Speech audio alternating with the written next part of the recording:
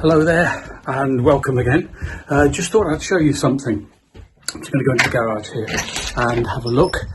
Just put the light on. There we are. And see if you can spot the difference here. I'm going to turn the camera around. There we go. Let's open the garage door. Have I locked it? Yes, I did. It wasn't locked. That's good. Look. The van's gone and it's having its roof done. So quite pleased about that. It should be back in the next few days. This is now Wednesday, went in on Monday morning, and they send photographs, so I'll pop some of those up here for you to have a look at, progress photographs, and I'm hoping it'll be back maybe at the end of the week, maybe the beginning of next.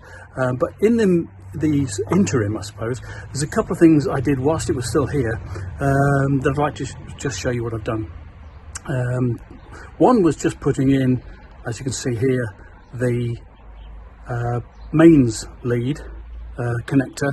Decided to put it in the side of the van, not underneath. I had it underneath before in the van last time, my last van, and it did get covered in mud quite a bit, or road dirt, and made it a messy job when connecting up at campsites. So I've decided to put it in the side here, so that job's done, and the cable runs on the inside. Also, I had a big debate because I still, at the time the van went, I'd only just decided what to do with the battery, where to put it. My original plan, well, let me show you the video and then you can see what I mean. This is where I plan to put the battery and the electrics.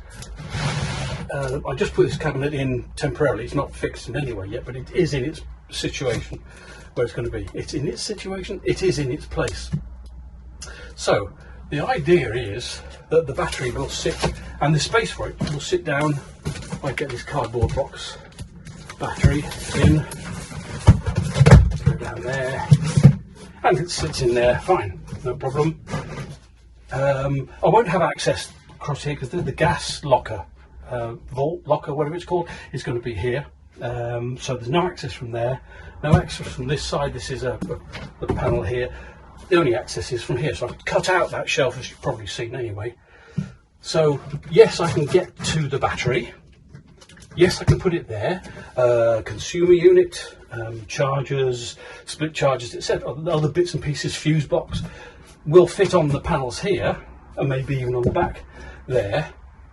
But should that battery fail for any reason and need replacing, or some maintenance need doing on it, it's got to come out, hasn't it?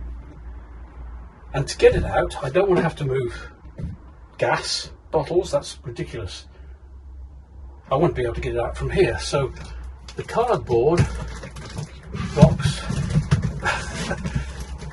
can only really get one hand in at a time. Cardboard box, there we go. Yeah, I can get that out. And I suppose if there were a consumer unit on that side and a charger on that side, you would have, yeah, space to get in and out. But that's a light bit of cardboard, just made up to the size of the battery. The battery is considerably heavier than that. And I know when I made this up in the garage there, I tried putting the actual battery through there, and I got to sort of this sort of point, and I couldn't hold it when I dropped it. Luckily, it didn't do any harm, thankfully. It fell onto the carpet, and it was no problem. But it's not something I'm going to plan on doing. So there are problems with it being there. If this battery needs replacing or repair, something needs doing to it, it's not going to be a straightforward job of getting it out of here. I can build it, the whole thing around it, and put it in there. That's not a problem. The issue is if something goes wrong with that battery, or I need to replace it, etc., it's not straightforward to get that in and out. So if it can't go there, all the wiring is designed to have the battery at this point in the van.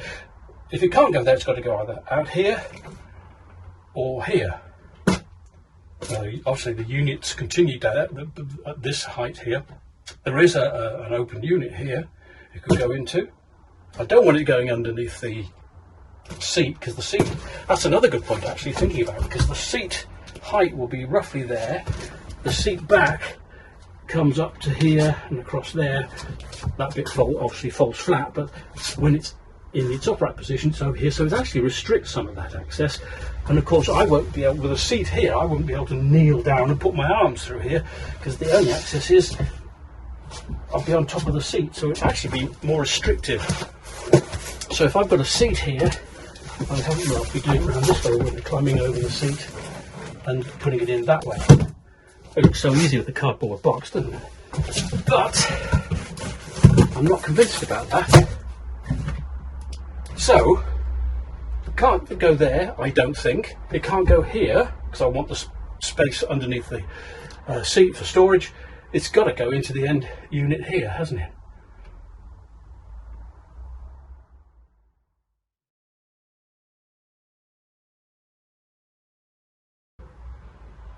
Perhaps it is the only way to have the battery somewhere here in this unit, because all the cables are just here. There they are. They're all there. So they're coming out around this corner, so they can go either into here or they can come out here. That's no difference. The switch panel up there for the lights and what have you, that would be the same. The connector was planned to go up there, so that would do the same. I don't know. I don't know. Okay. Right then. So this, as you probably can see here, this is the low level part of the units. The other unit that you just looked at goes up against here, so the switch panel's up here. And the original plan, of course, was that the battery would be somewhere inside that panel. But the alternative is to use this space here, which you see here has got a lift out section, so you can access the water, but you can't get the bottle out of there. In actual fact, if I go right here, assuming whatever you've got here is in a box, you can just slide out of the way. I can get at the water down here and I can fill it up and change it and do whatever I want with it really, really easily there. So I don't really need to use this lift up section. So can I, the question is, instead of putting the battery down in the tool unit here, put it right next to it, because all the leads, as you saw, are going to come from the same side of, so that's the tool unit fixed here, they're going to come from the same side and they're going to come and feed in here and reach the battery and all the bits and pieces I need. The mains will, I was thinking the consumer unit can come on there because all the wires are coming in here, so the consumer unit can go there on this lid, it will fold down. Next to it can go the fuse panel like that, and that needs to go to the positive of the battery, so that's fine. And then there's still space in here. The consumer unit there, there'll be two leads coming from that, one for a 13 amp socket here, so when you're plugged up at a campsite you can run the battery charger, which will be in there. The other one I've got so that there'll be a twin 13 amp socket again when you're plugged up at a campsite, so you can use devices, and our plan is to put that there wherever that goes. The 13 amp sockets are going to go there anyway. What else needs to go in? Yes, the split charger, there's still space for the split charger to go in there, and again the leads can all come in through the back. So that fits perfectly well. Nice neat solution. Everything is there, everything is get atable easily, there won't be any seats or anything in the way. The only issue I have with this one is,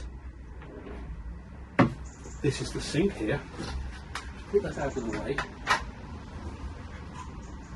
This is just taped over and covered up, but if I just lift this back, just to prove to you what I'm saying, probably sussed it anyway, but let's do it.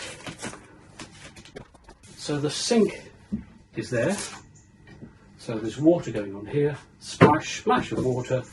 You can easily go down the gap here.